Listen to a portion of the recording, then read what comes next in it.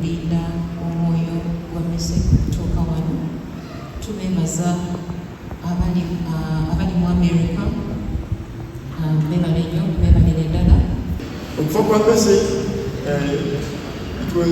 kyali kitangaza, so tukuspeculating nga temwogera ku bintu biri biki kubanga a lot of words have been said, naye naye Katonda yagera. Mbadde neneesiga ye muntu gwegamba ekyama kyama nga ye muntu gwenyinza okugamba nti nfiirira, ate nga ye muntu anfiirira.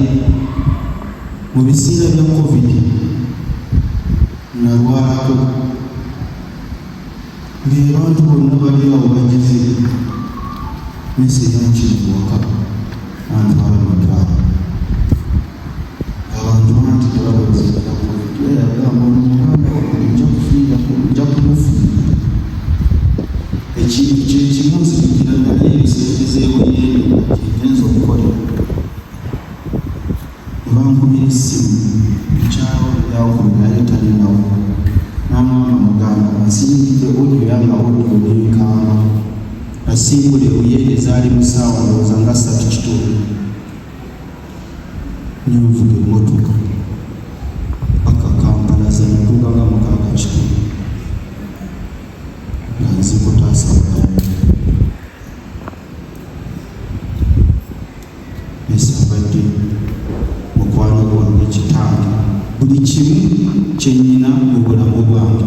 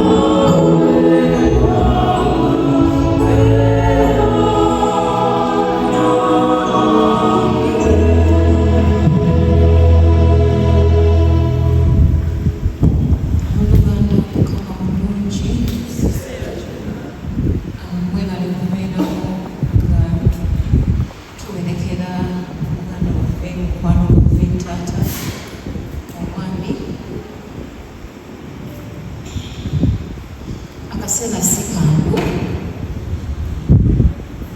naye katusabe Mukama Katonda atugulire.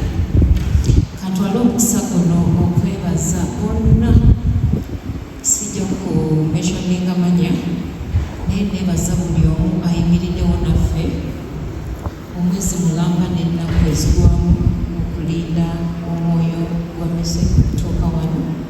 Tubeebaza abali mu America, beebale nnyo, beebalire ddala. Abali wano naffe, ababaddewo naffe, naddala bambi balamu bange, mwebale nnyo, temunsuuliridde era nsaba atusigaze oluganda olwo lwe mundaze mu kiseera kino ekizibu. Neebaza bazadde bange, mwebale kumbeererawo.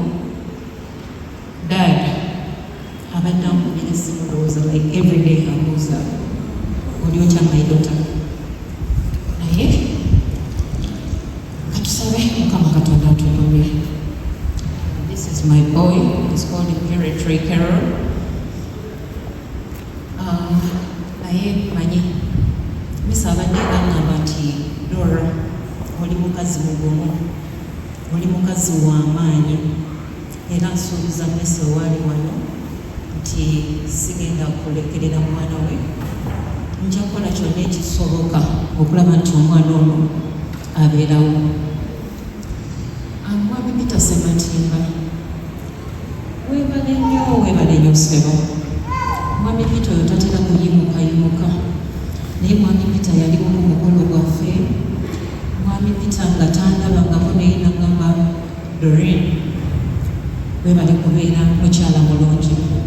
Ndowooza yakiwuliranga Nikki yakimugamba. Twabonekera Mese ku kisaawe, twali abantu basatu, ze Alex n'omukulu omukulu ono yaburekinga naye nze engeri gye nali mmanyi kiki kye twetaaga nze nasaba busabisa twasiiba nze ne Messi nga tusiibira meza ya America nga simanyi tibigenda lwamo lino naye Mukama bw'atyo bwasazeewo ate era Mukama tagenda kibi w'omulamira Imperial Nicholas gwe mbadde mpitandiki Mukama akusasire byonna ebyakusobako bonna be wasobya bambi mukwate mu mitima gyammwe bambi musaasire mise kubanga buli muntu asoba Mukama abampeera omukisa mwebale kujja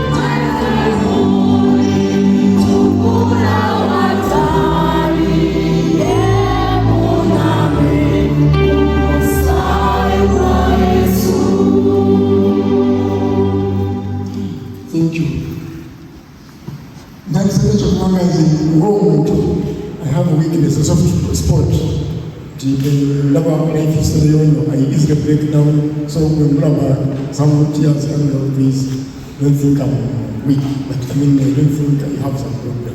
Naye mbebaza nnyo okujja kutukwatirako okwerekera mutabani waffe okwerekera munywani waffe okwerekera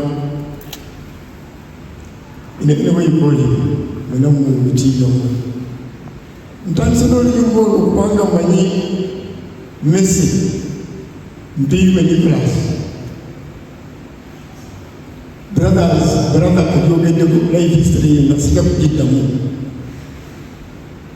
mukwano gwe mukulu Honorable Sematimba ajogeddeko why Messi obulamu bwe bwonna yabutandikira wano mu Kampala era has ended up in a foreign country. Why? Because of his character. He had two sides of his life. Messi was a comedian by nature, but Messi was a very industrious and omutima ogwago ganda simanyi muluki ogamba ayina omutima gw'okutalemwa nga talemererwa akikwata nampaka kikusiza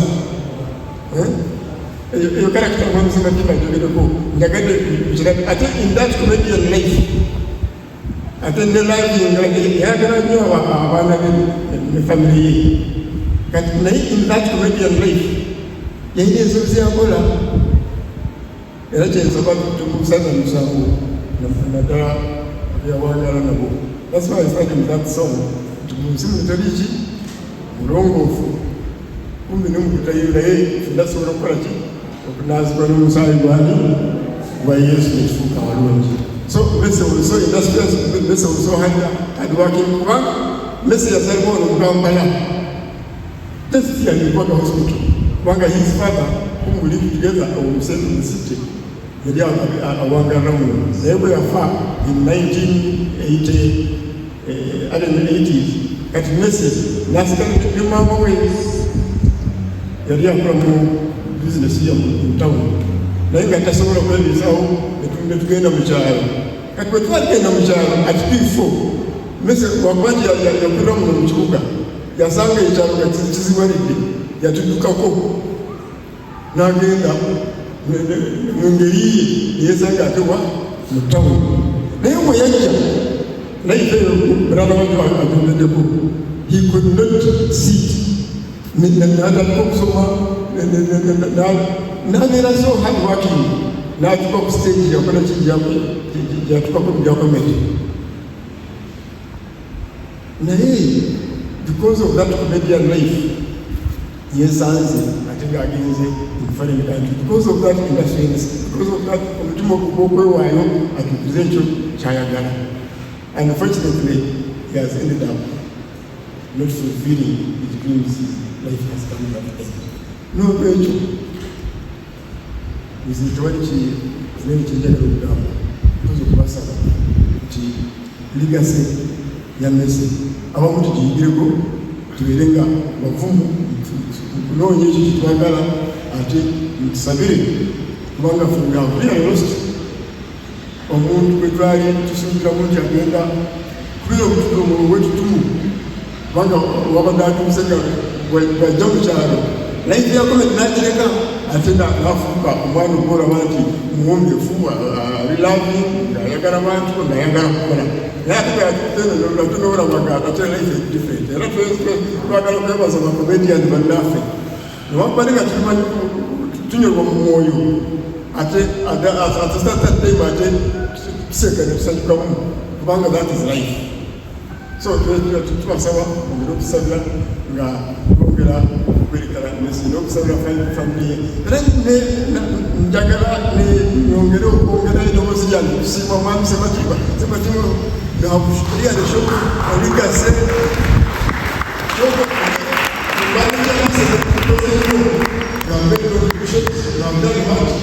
naye nzinaaasukunyeko kubanga aaaaliga ligazalase kigereka kigenda maaso nokulakulanya eggwanga era n'okwogerako maidoboozi olusobola okwogera kwabaaabananyumulano kubanga kigafakiro kyakola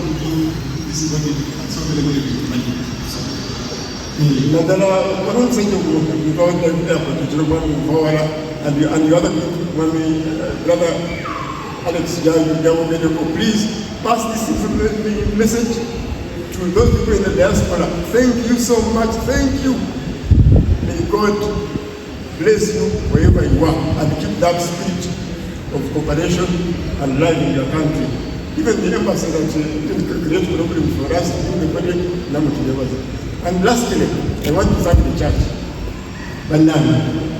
Katonda, era kyovula ogambye n'oluyimba oluti wali musikuno mulongoofu naye kati abali ow'emyoyo mugezaako ate okukola ki okukakanya emitima gyaffe. So twebaza namwe mwebale okukakanya emitima gyaffe tubeera nga tuwerekera mu mubiri gw'omugenzi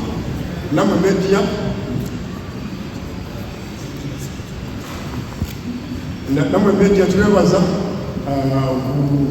okutukakanyinga n'okupromotinga legacy ya Messi. Okufa kwa Messi kyakikanga so tukisikiratinga temwogera ku na biri biki kubanga aroto kwa something say naye ni Katonda yagera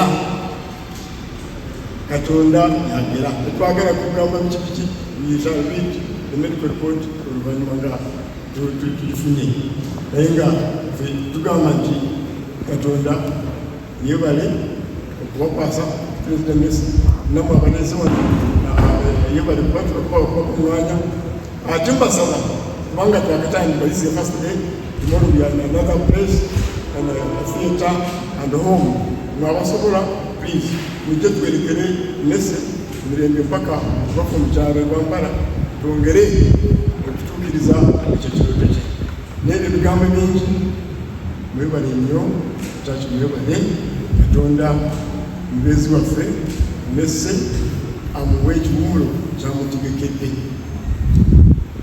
God bless you.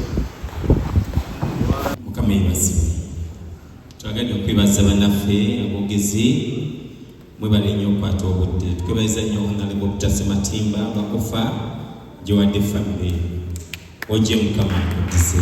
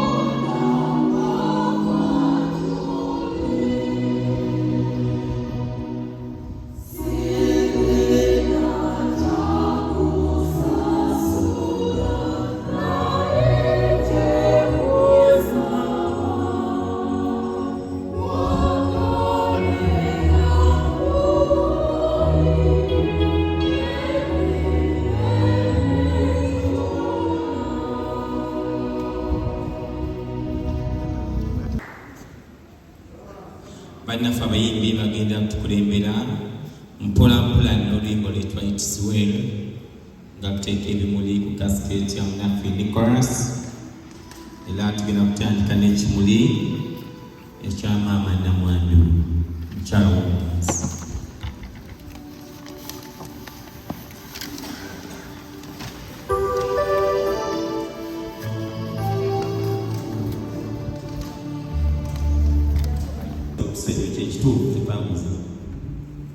yes, mukitegedde tetwaguze kimwe kya kanisa kakati katusabe tuyimirire ffenna tuyimbe oluyimba 353 katugenda okukwayira okwebaza olw'obulamu bwa muganda waffe Nicholas.